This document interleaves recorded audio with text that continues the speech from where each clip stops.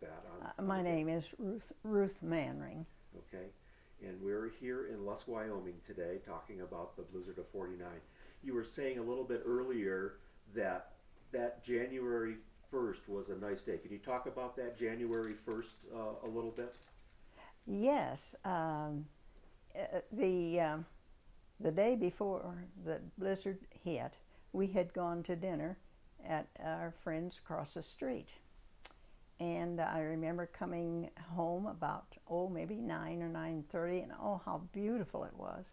Just a beautiful evening and quiet, no wind, and the streets were dry. And I appreciated that because of having to take Sam across the street in the wheelchair, and that, it was a nice day that day.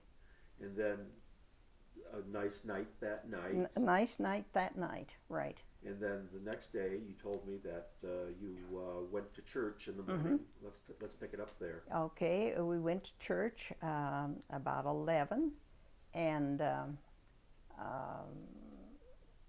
when we got out at 12 o'clock, there were a few flakes of snow in the air, and I went down the steps. There were a number of steps from the church, and some young fellows came over and carried Sam down in his wheelchair down the steps of the.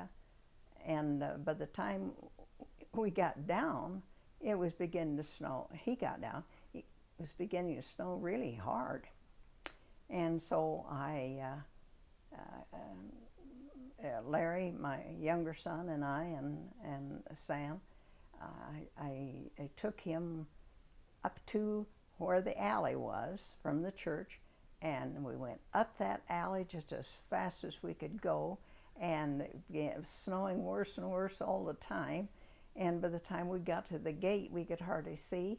And this is when we started up that ramp and got up to the top, and Sam was trying to help me he had one good arm, and the railing on the ramp was on this side, and he was helping, and he couldn't feel, of course, whether he was sitting in the chair or not. I mean, he didn't have a feeling there.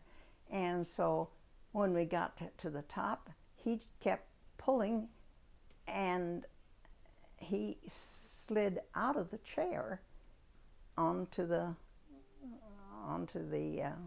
ramp there, and of course the wheelchair fell backwards, and I fell backwards, and or fell. And when I got up, when I finally got up, why, well, I had no idea how I was going to get Sam into that wheelchair again. And the snow was blowing. Snow was blowing by that time, and I looked around, and I could see no one anywhere that I could call to, and I knew I needed help. And so Sam told our son to go inside and to get a little stool, and he got this little stool and put it right beside his dad. He followed his instructions, and Sam used that stool to lift himself up so he could sit on it. From there, then I could get him into the wheelchair. But that's the way, and we got into the house then. Fortunately, the house wasn't locked, and so we had access to it there easily. I wonder if we could back up a little bit, and can you explain how your husband became injured? He was in the battle on Attu Island, and he was wounded in the shoulder here, and it went through his spine and left him paralyzed. He was he had his right arm was partly paralyzed, and he had use of his left arm. Mm-hmm. Which was he was trying to use to go Yes, to grab that railing. That's Yeah. right, Yeah. and pulled himself out. Yeah. So you finally get it. You must have been frightened. Oh, we were. I was very frightened, and I don't know, I suppose he was frightened, but he kept saying everything's going to be all right. He kept reassuring us, don't worry now, we're going to make this all right. So that kept us going. Yeah, you bet.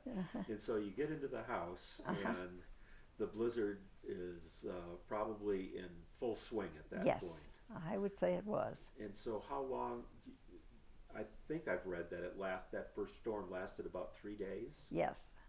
And so, I mean, you were just housebound for those next We were 3 housebound. Fortunately, we had our electricity, which powered our furnace and so forth. So we got along all right. We managed. And then I believe I guess it was, the temperatures had really dropped and the wind was howling throughout that entire storm. That's wasn't right. it? Yeah. And so I think it ended by Wednesday and it cleared up. Did you go into, at what point did you get into downtown Lusk to see what had happened? Well, it was quite a long time before I got downtown, but I recall going out and climbing on a pile of snow that was out in the yard. It was like ice, and so I could see up and down Main Street to see what it looked like. And then I scooped off the ramp that led to Sam's workshop, because he had a woodworking shop, and was very anxious to get back to working on his projects again. And so I went out and I recall scooping that off, and then the little boys, they came out and played in the snow, and I remember them saying that this was the first time they'd ever been as high as the roof, and they were in a snowbank as high as the roof. The drifts were that high? They were that high, wow. right. So when you went out and got on top of this snowbank and surveyed downtown, what did you see? Snow, just snow. And I think I was telling you, I saw these pictures of these snow drifts up by the Golden Rule. And yes, everything was covered. You didn't see any buildings at all. And there are probably no cars moving in the streets. Oh no, no cars moving. And the cars were all covered with snow, and would be for quite a while. But eventually the county came in with snowplows? Yes, the Highway 20 was opened, I would say, very well. I mean, they did very well opening Highway 20. And so,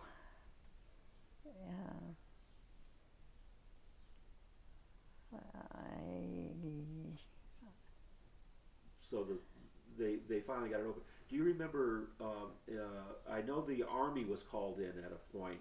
Do you recall seeing any military vehicles around town, like big military bulldozers or anything like that? I probably would have if I had been able to get downtown. But see, I couldn't. I needed to be there to take care of Sam. I couldn't leave him. Sure. And so I was pretty well housebound. Right. And you had enough food stores? Yes, we had enough food. We didn't suffer that way. And were the grocery stores, were they supplied by train or truck? I don't think anything got in or out of Lusk. So were the grocery stores starting to get low on food? Do you recall? Well, I imagine they were, but most of the food for the grocery stores came by truck, so they were dependent on the highway. So basically, Lusk was cut off in most directions. Yes. For some time. Yes, it was. Yeah, and do you recall any of your neighbors having any problems with the storm? Do you recall any stories from them? No, because they were all dug out before we were. I mean, it took our neighbors to get us dug out. They just all came over and worked together and got us dug out in a hurry. once they got going. That's the other thing that I've been noticing through my research is how people really pulled together. Oh, in the yes, storm. they did. Really, Yeah. looked out for one another. Yes. And I don't know if, the same thing would happen in a big city or if that's just a small town phenomenon. I don't know, but it sure was good to be here in Lusk because people were wonderful. Yeah. And we had planned to go to one of our friends for dinner on that day. So I had a large salad in the refrigerator. So we had plenty of salad to do us throughout the storm. And but no one was able to get there. I mean, no one could get out of their house at all. They stayed in. Right. Now, you were also telling me the story about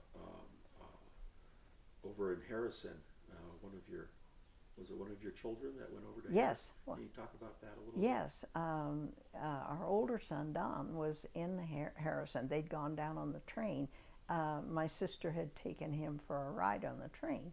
She'd promised him a ride, and this was a good day. She said the first day of January would be a good day to take him for a ride. And so this is what she did. She took him over there, and of course, then the train was stuck in Harrison. And they were down there for a couple of weeks before they got back. And so you were concerned at first, I'm sure. Oh yes, very much concerned, and but we were thankful we could call, and so we could call down there, and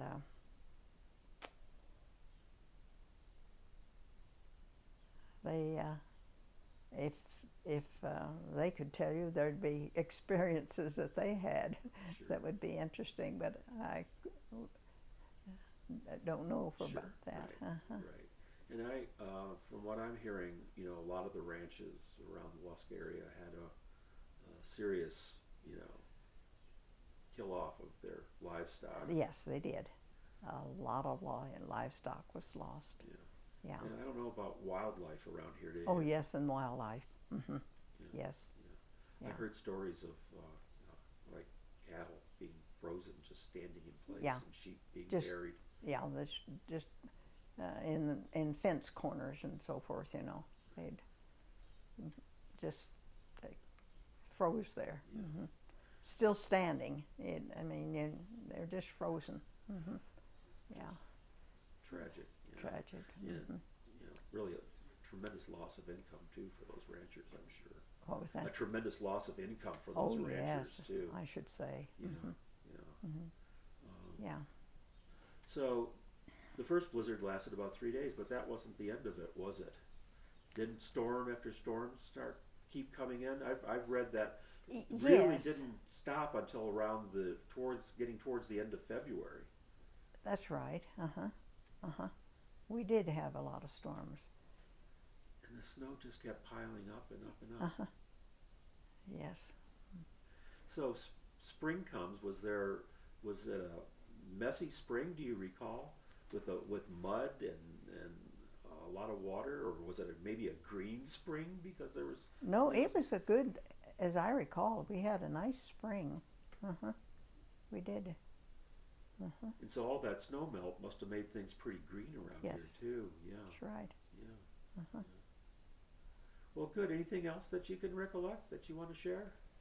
I just can't remember much more Sure. about it. Sure. It's been a long time Oh. ago. It was. It was.